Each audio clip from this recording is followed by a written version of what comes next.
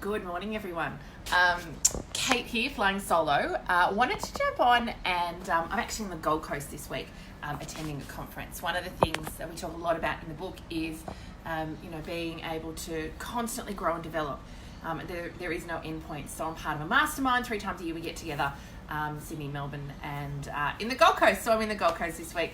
You may have seen lots of swell up here, all the beaches are closed, but it's always nice to be somewhere where it's a little bit warmer than when it is in Sydney. So welcome to July, my goodness. Hard to believe we're halfway through the year. I kind of joke a little bit around the fact that we're going to be at Christmas before we know it. But I think this is really interesting. How do you use the month of July?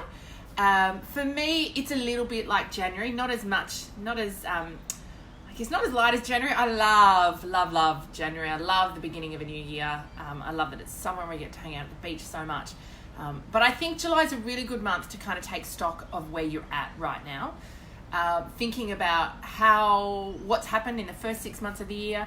How have you moved towards your goals? If you didn't set goals at the beginning of the year, now is a great time to think about, particularly new financial year. I mean, some organisations talk about financial year in terms of performance or calendar year. So depending on the business you're in, then depends on performance reviews and all of those sorts of things. We do know that July, August is a lot of time for performance reviews, pay rises. So I think that's an interesting one.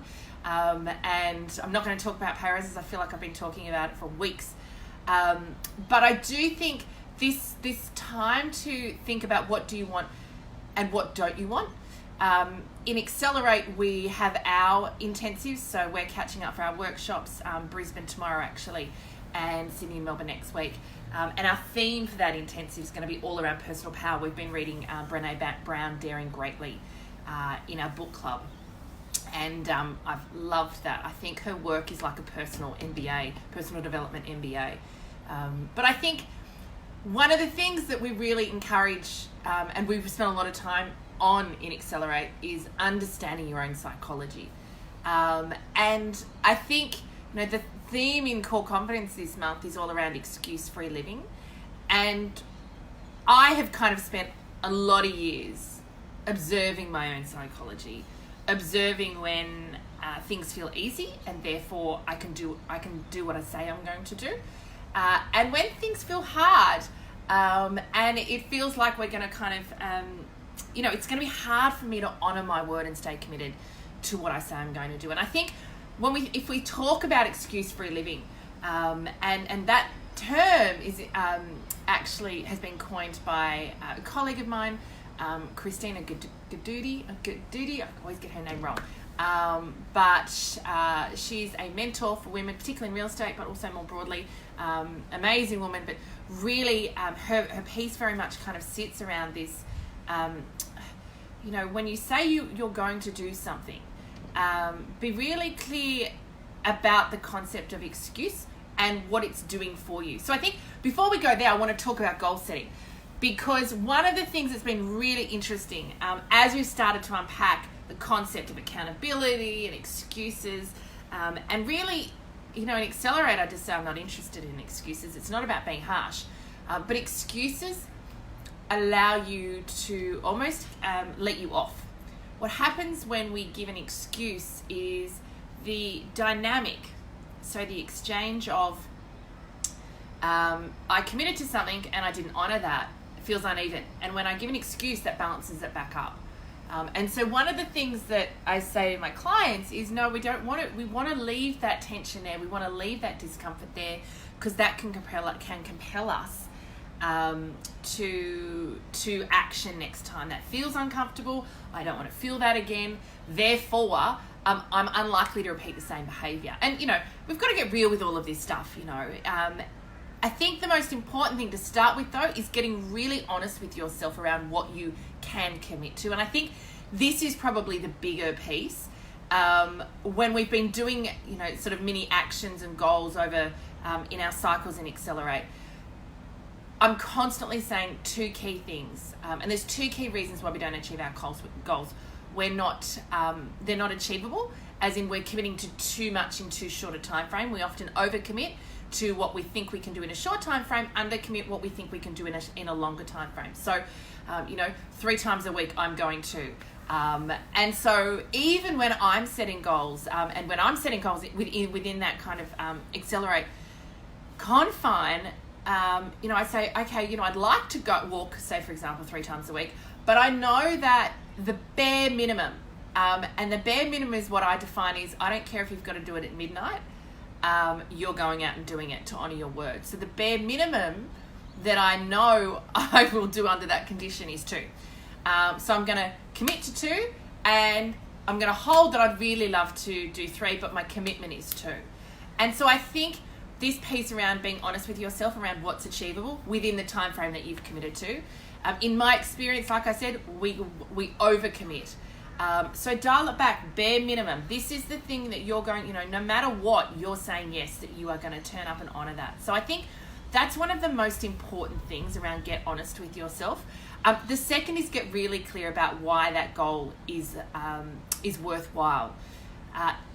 The clearer you are about why you want to do that. So for me, if I'm thinking about walking, that it's about health and it's about weight and it's about mental, for me, probably more than anything, it's actually just good for my mental health to get out and walk and not, sometimes I listen to podcasts, but more than anything now, I just kind of allow free air and kind of free thinking time, but get really clear about why your goal is important to you, what's it leading to, and often that is an explicit, sitting down and getting it really explicit about the connection, rather than knowing it's good for me, but not being really clear about that explicit connection. So for me, it's about mental health, and I get great ideas when I'm out just kind of walking. I kind of feel like, my genius tends to bubble when I'm walking and thinking about nothing, and certainly at home, near the ocean as well. So I think if we think about this concept of excuse-free living, the starting point is to try and, minimize being in that situation where we need to feel like we give excuses or we've not honored our word. And that starts with getting really honest with yourself about your capacity, and getting really honest with yourself about why something's important to you.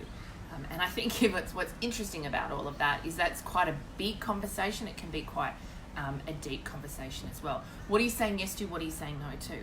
So I think on that note, I want to leave you with a task or something to think about over the course of the next week.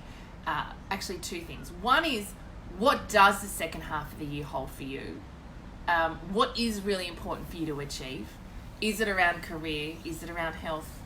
Is it around finances? They've just released the new tax legislation, so a whole extra $1,000 for us to spend. Ultimately, they want us to do that in the economy, and of course, they're talking about new TVs on the morning news. But what is it that's important to you in the second half of the year? What are you saying yes to? What are you saying no to? And if you're going to set a goal, what is achievable? What is that bare minimum? And actually hold that, and then, a little bit like goal setting when we talk about, what's your comfort zone. So in Accelerate, we talk about what's the comfort zone goal. So that's bare minimum language. And then what's the stretch? So what is the bare minimum that it doesn't matter if you've got to get out of bed at midnight, or you've got to stay up till midnight to read that book, to get that done, whatever it's going to be. What's the bare minimum comfort zone? And what's the stretch goal? And hold them both. And what starts to happen as you navigate your way through is that you'll start to see and observe your own psychology. When it's easy to do the kind of comfort zone or bare minimum level and go beyond, and when it feels hard. And starting to understand that dynamic means that you're going to be able to adapt things. That might be adapt the goal, it might be adapt conditions, so that you put yourself in circumstances where it's more likely and easier for you to achieve your goal, your outcome on a regular basis. So going to leave it there. I hope you've enjoyed this session. Next week, we'll go a little bit deeper and really keen to hear your feedback about what comes up when you observe your own psychology around this goal setting, and particularly, when you go to give you excuses to yourself and give excuses to others as well. Have a great day. I'm off to hang in a room with some colleagues and do a whole lot of cool marketing stuff, which is always fun to learn and grow. Have a great day. Have a great weekend. I can't wait to spend tomorrow with our accelerators and I guess going really a whole lot deeper into this conversation around excuses, personal power, and confidence. Thanks, guys. Have a great weekend.